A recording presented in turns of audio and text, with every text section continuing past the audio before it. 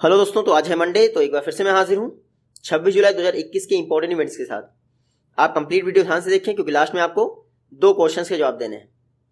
देखिए, ये वो आर्टिकल्स हैं जिनको हमने पीआईबी में कवर किया है। ये आर्टिकल्स हम लोग करंट अफेयर्स में नहीं कवर करेंगे। उसके अलावा आज का पहला क्वेश्चन है, आयकर दिवस, इनकम टैक्स डे, ये हर वर्ष किस डेट को ऑब्जर्व किया जाता है? तो हर वर्ष आयकर दिवस मनाया जाता है आपका 24 जुलाई। कब? 24 जुलाई को। ये देख लीजिए, CBDT central board of direct taxes, इन्होंने 24 जुलाई 2021 को 161वां इनकम टैक्स डे मनाया है। क्या? 161वां इनकम टैक्स डे मनाया है, जिसको आयकर दिवस के नाम पे जाना जाता है। इंडिया में इनकम टैक्स कब इंट्रोड्यूस हुआ था? 24 जुलाई 1980 को। किसने इंट्रोड्यूस किया था? सर जेम्स विल्सन ने। तो उसी याद में हर वर्ष 24 जुलाई को इनकम टैक्स डे मनाया जाता है। याद रखिएगा, जेम्स विल्सन ने 24 जुलाई 1980 को पहली बार इंडिया में इनकम टैक्स इंट्रोड्यूस किया था। अच्छा, पहली बार इनकम टैक्स डे के रूप में ये कब मनाया गया था? 2010 में इनकम टैक्स डे के रूप में मनाया गया था। Central board of direct taxes की बात करें, 1924 में इसकी स्थापना हुई थी। न्यू दिल्ली में CBDT का हेडक्वार्टर है। चेयरमैन कौन है? जगन्नाथ विद्याधर मोहपात्रा। क्या नाम है? जगन्नाथ विद्याधर मोहपात्रा। नेक्स्ट क्वेश्चन है, नीति आयोग द्वारा renewables integration in India 2021 report किसके साथ मिलकर रिलीज की गई है? तो नीति आयोग ने IEA के साथ मिलकर renewables integration in India 2021 report release की है। ये देख लीजिए आप, रिन्यूएबल्स इंटीग्रेशन इन इंडिया 2021, इस रिपोर्ट को नीति आयोग और IEA ने पब्लिश किया है। रिपोर्ट में क्या बताया गया है? रिपोर्ट में ये बताया गया है कि इंडिया में जितना भी रिन्यूएबल इंटीग्रेशन हो रहा है, यानी रिन्यूएबल एनर्जी के सेक्टर में काम कर रहे हैं, तो क्या इंडिया अपना टारगेट अचीव कर लेगी? ये जो रिपोर्ट बेस है वो 3 स्टेट्स, कर्नाटक, महाराष्ट्र और गुजरात, वहां पर कुछ वर्कशॉप ऑर्गेनाइज की गई थी। उसके रिपोर्ट के आधार पर ये रिपोर्ट बनाई गई है। तो renewable integration in India report के हिसाब से इंडिया 175 गीगावाट का टारगेट 2022 तक अचीव कर लेगा। वहीं 450 गीगावाट का टारगेट 2030 तक अचीव कर लेगा। इसका मतलब क्या है? इंडिया में रिन्यूएबल इंटीग्रेशन अच्छे से चल रहा है। तो याद रखिएगा, नीति आयोग ने इंटरनेशनल एनर्जी एजेंसी के साथ मिलकर 2021 के लिए renewables integration in India report जारी की है। इंटरनेशनल एनर्जी एजेंसी की बात करते हैं, 1973 के ऑयल क्राइसिस के बाद IAEA की स्थापना की गई थी 1974 में। पेरिस में इसका हेडक्वार्टर है। IEA, इसके मेंबर कितने हैं? 30 मेंबर्स हैं। इंडिया इसका मेंबर नहीं है। नेक्स्ट क्वेश्चन है, द कैडेट वर्ल्ड चैंपियनशिप किस वर्ष स्टार्ट की गई थी? तो 2 दिन पहले मैंने आपको पढ़ाया था। कैडेट वर्ल्ड चैंपियनशिप 1967 से इसकी शुरुआत हुई थी। कब से? 1967 से। चर्चा में इसलिए है क्योंकि फीमेल कैटेगरी में जो ये कैडेट वर्ल्ड चैंपियनशिप हो रही है, वहाँ फीमेल कैटेगरी में प्रिया और तन्नू ने गोल्ड मेडल जीत लिया है। क्या? Gold medal. तन्नू ने 43 kg कैटेगरी में गोल्ड मेडल जीता है और प्रिया ने 73 kg कैटेगरी में गोल्ड मेडल जीता है। 2 दिन पहले ही सागर जगलन और अमन गुलिया, इन्होंने भी गोल्ड मेडल जीता था। तो रखिएगा, कैडेट वर्ल्ड चैंपियनशिप कहाँ पे हो रही है? बुडापेस्ट, हंगरी की कैपिटल बुडापेस्ट में हो रही है। प्रिया कहाँ से बिलोंग करती हैं? हरियाणा से। उसके अलावा आपके सागर जगलन और अमन गुलिया के विषय में पहले आपको पढ़ा चुका हूँ, इनकी कैटेगरी याद रखिएगा बस। कैडेट वर्ल्ड चैंपियनशिप 1967 से इसकी शुरुआत हुई थी। इसमें खास बात यह है कि 16 to 17 ईयर्स के लड़के लड़कियां ही पार्टिसिपेट करते हैं।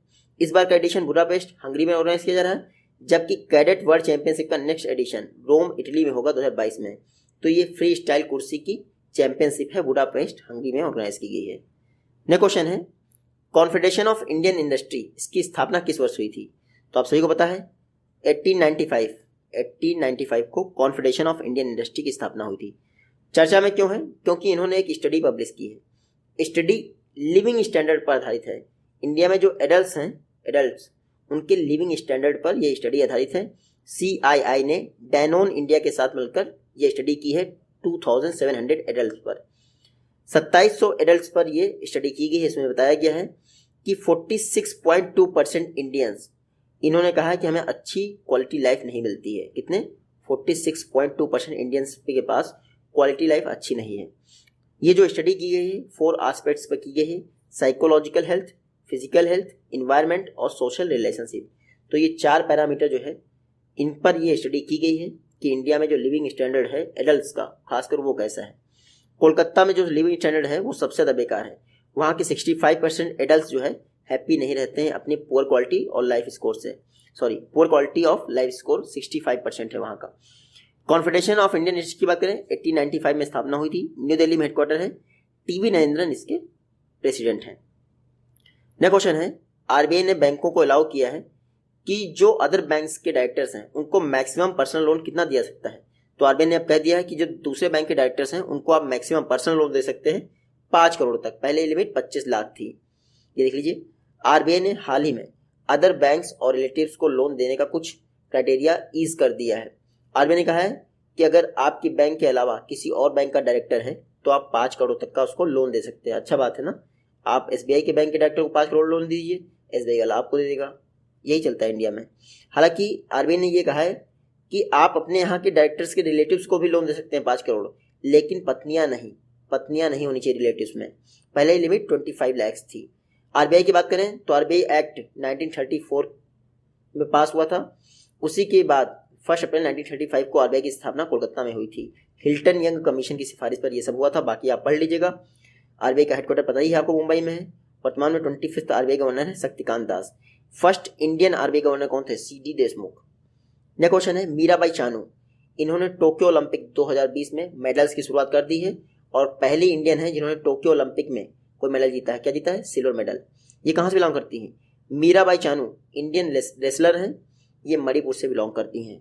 बहुत गर्व का विषय है, मीराबाई चानू मणिपुर से बिलोंग करती हैं। टोक्यो ओलंपिक में इंडिया का पहला मेडल जीता है, सिल्वर मेडल 49 kg कैटेगरी में। देखिए, बहुत समय बाद, लगभग 20 वर्षों बाद किसी वुमेन रेसलर ने ये मेडल जीता है। इससे पहले 2000 में जो सिडनी ओलंपिक्स हुए थे उसमें कर्णम मल्लेश्वरी ने ब्रॉन्ज मेडल जीता था रेसलिंग में। हालांकि उनकी कैटेगरी अलग थी, 69 kg के आसपास थी। हालांकि मीराबाई चानू की 49 kg के आसपास है कैटेगरी, जिसमें इन्होंने सिल्वर मेडल जीता है। इंडिया की फर्स्ट पर्सन है जिन्होंने टोक्यो ओलंपिक में सिल्वर मेडल जीता है। इन्होंने 210 kg वेट उठाया। हालांकि जो इनको ये मेडल मिला है वो 115 kg क्लीन एंड जर्क की कैटेगरी में मिला है। मीराबाई चानू कहाँ से बिलोंग करती हैं? मणिपुर। मणिपुर में आपका वर्ल्ड का एकमात्र फ्लोटिंग नेशनल पार्क है, Keibul Lamjao national park. International olympic committee की बात करें, इन्होंने कहा है 2032 के ओलंपिक ब्रिस्बेन ऑस्ट्रेलिया में होंगे। तो ऑस्ट्रेलिया वर्ल्ड की सेकंड कंट्री हो गई है जिसके 3 शहरों में ओलंपिक होगा। नेक्स्ट, गोल्डन राइस जो कि एक जेनेटिकली मॉडिफाइड क्रॉप है, इसके कॉमर्शियल प्रोडक्शन के लिए किस कंट्री ने रिसेंटली अप्रूवल दिया है? जो गोल्डन राइस, इसके कॉमर्शियल प्रोडक्शन के लिए फिलीपींस ने अप्रूवल दे दिया है। तो फिलीपींस साउथ एशिया और साउथ ईस्ट एशिया की पहली कंट्री बन गई है जिसने गोल्डन राइस के लिए अप्रूवल दे दिया है कि इसका कॉमर्शियल कल्टीवेशन किया जा सकता है। गोल्डन राइस देखिए, विटामिन ए और जिंक रिच है आपका गोल्डन राइस। इसको जेनेटिकली मॉडिफिकेशन के द्वारा तैयार किया गया है और Philippines south east Asia region की पहली कंट्री हो गई जिसने गोल्डन राइस के कॉमर्शियल कल्टीवेशन के लिए अप्रूवल दे दिया है। गोल्डन राइस को पिछले 2 दशकों में यानी 20 वर्षों में तैयार किया गया है IRRI, international rice research institute द्वारा। IRRI की बात करें 1960 में इसकी स्थापना हुई थी। लॉस बेनोस में इसका हेडक्वार्टर है। डीजी कौन है IRRI के? Doctor Matthew Morel. Next question है, एंटी ड्रोन टेक्नोलॉजी पर साइबर सिक्योरिटी सोल्यूशन प्रोवाइड करने के लिए इंडिया का पहला टेक्नोलॉजी इनोवेशन हब किसने स्थापित किया है? तो IIT कानपुर ने इंडिया का पहला टेक्नोलॉजी इनोवेशन हब स्थापित किया है जो कि एंटी ड्रोन्स टेक्नोलॉजी पर साइबर सोल्यूशन प्रोवाइड करेगा। भाई क्यों जरूरत पड़ गई एंटी ड्रोन्स टेक्नोलॉजी पर साइबर सोल्यूशन की? क्यों? क्योंकि कश्मीर में एयरफोर्स का जो हेडक्वार्टर था या फिर एयरफोर्स फैसिलिटी थी उस पर ड्रोन से हमला कर दिया गया था। तो ड्रोन्स को ऐसे खुला छोड़ना ठीक नहीं है, इसीलिए तो ड्रोन्स पर साइबर सिक्योरिटी सोल्यूशन प्रोवाइड करने के लिए इंडिया का पहला technology innovation hub IIT Kanpur ने स्थापित किया है। IIT कानपुर द्वारा कुछ समय पहले ही प्रसार भारती के साथ मिलकर centre of excellence for media and broadcasting technologies स्थापित किया गया है ताकि ब्रॉडकास्टिंग की फील्ड में टेक्नोलॉजी का यूज किया सके। तो IIT कानपुर बहुत सारे काम कर रहा है। नेक्स्ट क्वेश्चन है, विनय वाधवर, हाल ही में इनको अलेक्जेंडर डेलरिम्पल अवार्ड से सम्मानित किया गया है, किस कंट्री द्वारा? तो विनय वाधवर को यूके ने अलेक्जेंडर डेलरिम्पल अवार्ड से सम्मानित किया है। ये देख लीजिए, ये हैं आपके विनय वाधवर, इंडिया के वाइस एडमिरल हैं, हाइड्रोग्राफर हैं, चीफ हाइड्रोग्राफर हैं। हाल ही में इनको विनय वाधवर को अलेक्जेंडर डेलरिम्पल अवार्ड से सम्मानित किया गया है ब्रिटिश हाई कमिश्नर द्वारा, यानी इंडिया में ही इनको सम्मानित किया गया है। तो वाइस एडमिरल विनय वाधवर जो कि चीफ हाइड्रोग्राफर हैं, इनको अलेक्जेंडर डेलरिम्पल अवार्ड से सम्मानित किया गया है। अलेक्जेंडर डेलरिम्पल कौन थे भैया? ये देखिए, ब्रिटिश हाइड्रोग्राफर थे। 2006 से इनकी याद में ये अलेक्जेंडर डेलरिम्पल अवार्ड दिया जा रहा है। वाइस एडमिरल विनय वाधवर, इन्होंने प्राइम मिनिस्टर मोदी जी के सागर विजन के लिए बहुत बेहतरीन काम किया है। सागर मतलब securities and growth for all in the region. 2015 में पीएम मोदी ने लॉन्च किया था इंडियन ओशन में मैरीटाइम कोऑपरेशन के लिए। नेक्स्ट क्वेश्चन है नेशनल फूड सिक्योरिटी एक्ट 2013, इसके तहत कितनी रूरल पॉपुलेशन को कवर किया जाता है? तो नेशनल फूड सिक्योरिटी एक्ट 2013 के तहत 75% रूरल पॉपुलेशन को, देखिए इंडिया की 66% पॉपुलेशन को कवर किया जाता है, इसमें 75% रूरल पॉपुलेशन और 50% अर्बन पॉपुलेशन को कवर किया जाता है। तो इस तरह से आपकी 66% पॉपुलेशन इसमें कवर हो जाती है। ये देखिए हाल ही में चर्चा में इसलिए थी क्योंकि प्रधानमंत्री गरीब कल्याण योजना फेज 3 जो कि मई जून 2021 तक रन किया गया था, इसके तहत प्रधानमंत्री गरीब कल्याण योजना के तहत total 73.46 lakh metric ton food grain free of cost दिया गया है। प्रधानमंत्री गरीब कल्याण योजना 5 महीने के लिए बढ़ा दी गई है, अब नवंबर 2021 तक रन की जाएगी। इसके तहत 80 करोड़ लोगों को free of cost 5 kg food grain दिया जाता है पर पर्सन। प्रधानमंत्री गरीब कल्याण योजना फेज 3 के लिए टोटल अलॉटमेंट हुआ था 75.51 लाख मीट्रिक टन, इसमें से 97% दिया गया। नेशनल फूड सिक्योरिटी एक्ट की बात करें तो इंडिया की 75% रूरल पॉपुलेशन और 50% अर्बन पॉपुलेशन को ये कवर करता है।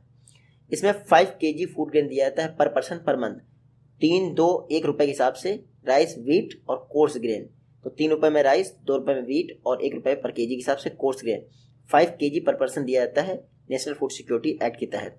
उसके अलावा अंत्योदय अन्न योजना, इसके तहत 35 kg पर फैमिली दिया जाता है food grain per household per month. Next question है 2020-21 में AIFF men's footballer of the year award से किसको सम्मानित किया गया है? तो 2020-21 के AIFF men's footballer of the year award, ये देख लीजिए आप, ये सम्मानित किए गए हैं आपके संदेश झिंगैन, चंडीगढ़ से बिलोंग करते हैं। ये हैं संदेश झिंगैन, इनको AIFF 2020-21 के men's footballer of the year award से सम्मानित किया गया है। अच्छा, emerging player of the year award से किसको सम्मानित किया गया? सुरेश सिंह वांगजैम। तो men's footballer of the year award AIFF कौन डिक्लेयर हुए हैं? संदेश झिंगैन। और emerging player of the year award Suresh Singh. इतना नाम रखिए। कुछ समय पहले महिलाओं के लिए भी अनाउंस हुआ था AIFF women footballer of the year award, वो मिला था बाला देवी को। और इमर्जिंग का भी मैंने आपको पढ़ाया था, तो आप वहां से देख लीजिएगा। AIFF की बात करें, ऑल इंडिया फुटबॉल फेडरेशन 1937 में स्थापना हुई थी, नई दिल्ली में हेडक्वार्टर है, प्रफुल्ल पटेल इसके प्रेसिडेंट हैं। नेक्स्ट क्वेश्चन है वर्ल्ड का पहला क्लीन न्यूक्लियर रिएक्टर किस कंट्री द्वारा डेवलप किया गया है? तो पोर्टेबल भी इन्होंने ही डेवलप किया था, अब क्लीन न्यूक्लियर रिएक्टर भी इन्होंने ही डेवलप कर दिया। कौन सी कंट्री है? चाइना। हाल ही में चाइना द्वारा वर्ल्ड का पहला क्लीन न्यूक्लियर रिएक्टर डेवलप किया गया है। ये देख लीजिए 2030 तक इसका कंस्ट्रक्शन कंप्लीट हो जाएगा। देखिए ये जो रिएक्टर है लिक्विड थोरियम पर काम करेगा, ठीक है, यूरेनियम की जगह ये थोरियम पर काम करेगा। इससे क्या होगा? वातावरण को बहुत कम लॉस होगा, इसीलिए इसका नाम क्लीन न्यूक्लियर रिएक्टर रखा गया है। चाइना आप मैप में देख लीजिए, कैपिटल है बीजिंग, करेंसी क्या है? रेनमिनबी। प्रेसिडेंट कौन है? Xi Jinping. चाइना में पिछले 1000 वर्षों की सबसे खतरनाक बाढ़ आई है और बना लो डैम। चाइना की बात करें तो हाल ही में इन्होंने मैंगलेव ट्रेन का 600 किलोमीटर पर आवर की स्पीड से सक्सेसफुली टेस्ट कर लिया है। नेक्स्ट क्वेश्चन है पहली बार एशिया पैसिफिक रीजन के लिए regional status report on drowning prevention release की गई किसके द्वारा? तो regional status report on drowning prevention पहली बार रिलीज की है WHO ने एशिया पैसिफिक रीजन के लिए। ये देख लीजिए south east Asia and western Pacific region के लिए पहली बार WHO ने regional status report on drowning prevention release की है। ड्राउनिंग मतलब बच्चों के लंग्स में जो पानी भर जाता है जिसको निमोनिया कहते हैं, मोस्टली वो होता है ड्राउनिंग। WHO का कहना है कि ड्राउनिंग जो बच्चों की मौत होती है तीसरा सबसे बड़ा कारण है ड्राउनिंग। ये देख लीजिए ड्राउनिंग वर्ल्ड में जितनी भी मौतें होती हैं 7% ड्राउनिंग की वजह से होती हैं बच्चों की मौतें। Middle and low income country की बात करें तो 90% से ज़्यादा मौतें जो है वर्ल्ड का ड्राउनिंग की वजह से होती हैं। तो ये WHO ने फर्स्ट रिपोर्ट जारी की है regional status report on drowning prevention, याद रखिएगा। इसके अलावा इन्होंने बताया 50% टोटल वर्ल्ड में जितनी मौतें होती हैं ड्राउनिंग से उसका 50% वेस्टर्न पैसिफिक और साउथ ईस्ट एशिया रीजन से आता है। 2019 के दौरान 1,44,000 लोगों की मौत होगी ड्राउनिंग से, लंग्स में पानी भर जाने की वजह से। और इस समय जब से कोविड आया है तो ये ड्राउनिंग बहुत चर्चा में रह गई है, शायद इसीलिए ने जो है रिपोर्ट जारी की है। WHO कहा है कि एशिया पैसिफिक रीजन वर्ल्ड में जितनी भी मौतें होती हैं ड्राउनिंग से उसका 61% एशिया पैसिफिक रीजन से होता है। WHO की बात करें, वर्ल्ड हेल्थ ऑर्गेनाइजेशन 7 अप्रैल 1948 को स्थापना हुई थी, जिनेवा स्विट्जरलैंड में हेडक्वार्टर है। टेड्रोस एधनम इसके डीजी हैं जो कि इथियोपिया से बिलोंग करते हैं, और उनसे इंपॉर्टेंट है सौम्या स्वामीनाथन जो कि वाइस डायरेक्टर जनरल हैं, वो बिलोंग करती हैं कहाँ से? इंडिया, चाइना से नहीं सॉरी, चेन्नई से। नेक्स्ट क्वेश्चन है, किस बैंक द्वारा IIT गुवाहाटी के साथ MOU साइन किया गया है स्टार्टअप्स को फंडिंग प्रोवाइड करने के लिए? तो इंडियन बैंक ने IIT गुवाहाटी के साथ MOU साइन किया है ताकि स्टार्टअप्स को फंडिंग प्रोवाइड कर सके। देखिए इंडियन बैंक का एक इनिशिएटिव है इंड स्प्रिंग बोर्ड, क्या है? Ind springboard scheme. इसके तहत इंडियन बैंक ने IIT गुवाहाटी के साथ पार्टनरशिप की है ताकि एलिजिबल स्टार्टअप्स को फंड प्रोवाइड कर सके। देखिए इंडियन बैंक द्वारा इंड स्प्रिंग बोर्ड के तहत 50 करोड़ रुपए तक का लोन प्रोवाइड किया जाता है, क्रेडिट प्रोवाइड किया जाता है स्टार्टअप्स को, इसीलिए IIT गुवाहाटी के साथ पार्टनरशिप की गई है। इससे क्या होगा? नॉर्थ ईस्ट इंडिया में स्टार्टअप्स को फंडिंग प्रोवाइड की जाएगी। इंडियन बैंक की बात करें 1907 में स्थापना हुई थी, चेन्नई में हेडक्वार्टर है। पद्मजा सुंदरू इसके कौन है? CEO। नेक्स्ट क्वेश्चन है, आर्मेक्स 21 इंडियन आर्मी की स्कीइंग एक्सपीडिशन एक्सरसाइज है, इसको किसने फ्लैग ऑफ किया है, मतलब कि हरी झंडी दिखाई है? तो राजनाथ सिंह जी डिफेंस मिनिस्टर हैं, इन्होंने आर्मेक्स 21 एक्सरसाइज को हरी झंडी दिखाई है। राजनाथ सिंह जी ने, इन्होंने इंडियन आर्मी की स्कीइंग एक्सरसाइज जो कि हिमालयन माउंटेन रीजन में की जाती है उसको हरी झंडी दिखा दी है, आर्मेक्स 21। इसको लद्दाख के काराकोरम रेंजेस में जो है ऑर्गेनाइज किया जाएगा। उसके अलावा लास्ट जो ऑर्गेनाइज होगा वो मलारी उत्तराखंड में होगा, लेकिन अभी याद रखिएगा आर्मेक्स 21 एक्सरसाइज राजनाथ सिंह ने शुरू कर दिया है। हिमाचल प्रदेश, लद्दाख, उत्तराखंड ऐसे प्लेसेस पे ये ऑर्गेनाइज की जाती है, लेकिन लद्दाख से इसकी शुरुआत हुई काराकोरम रेंजेस से। इंडियन आर्मी की बात करें 1895 में स्थापना हुई थी, न्यू दिल्ली में हेडक्वार्टर है इसका। First chief of defence staff general Bipin Rawat हैं। इंडिया के 28th आर्मी चीफ कौन है? मनोज मुकुंद नरवणे। लास्ट क्वेश्चन आज का, भगीरथी अम्मा, ये इंडिया की ओल्डेस्ट वुमेन है जिनका हाल ही में निधन हो गया। कहाँ से बिलोंग करती है? तो भगीरथी अम्मा केरल से बिलोंग करती है। कहाँ से? केरल से। हाल ही में इनका निधन हो गया, ये है भगीरथी अम्मा। आप देख लीजिए, इनकी एज से ही लगता है कि इनका निधन होने वाला था। भगीरथी अम्मा केरल से बिलोंग करती, इंडिया की ओल्डेस्ट वुमेन है। कितनी एज थी इनकी? 107 वर्ष थी इनकी एज। मात्र 9 ईयर ओल्ड में इन्होंने अपनी एजुकेशन छोड़ दी थी। भगीरथी अम्मा केरल से थी, ओल्डेस्ट वुमेन ऑफ इंडिया। इनका निधन हो गया 107 ईयर की एज में, कोलम डिस्ट्रिक्ट से थी। ये आज की वीडियो से क्वेश्चन है, आई होप कि आप इजीली इनका जवाब दे पाएंगे। जल्दी ही मिलते हैं आपसे नेक्स्ट वीडियो में, तो टेक केयर, गुड बाय।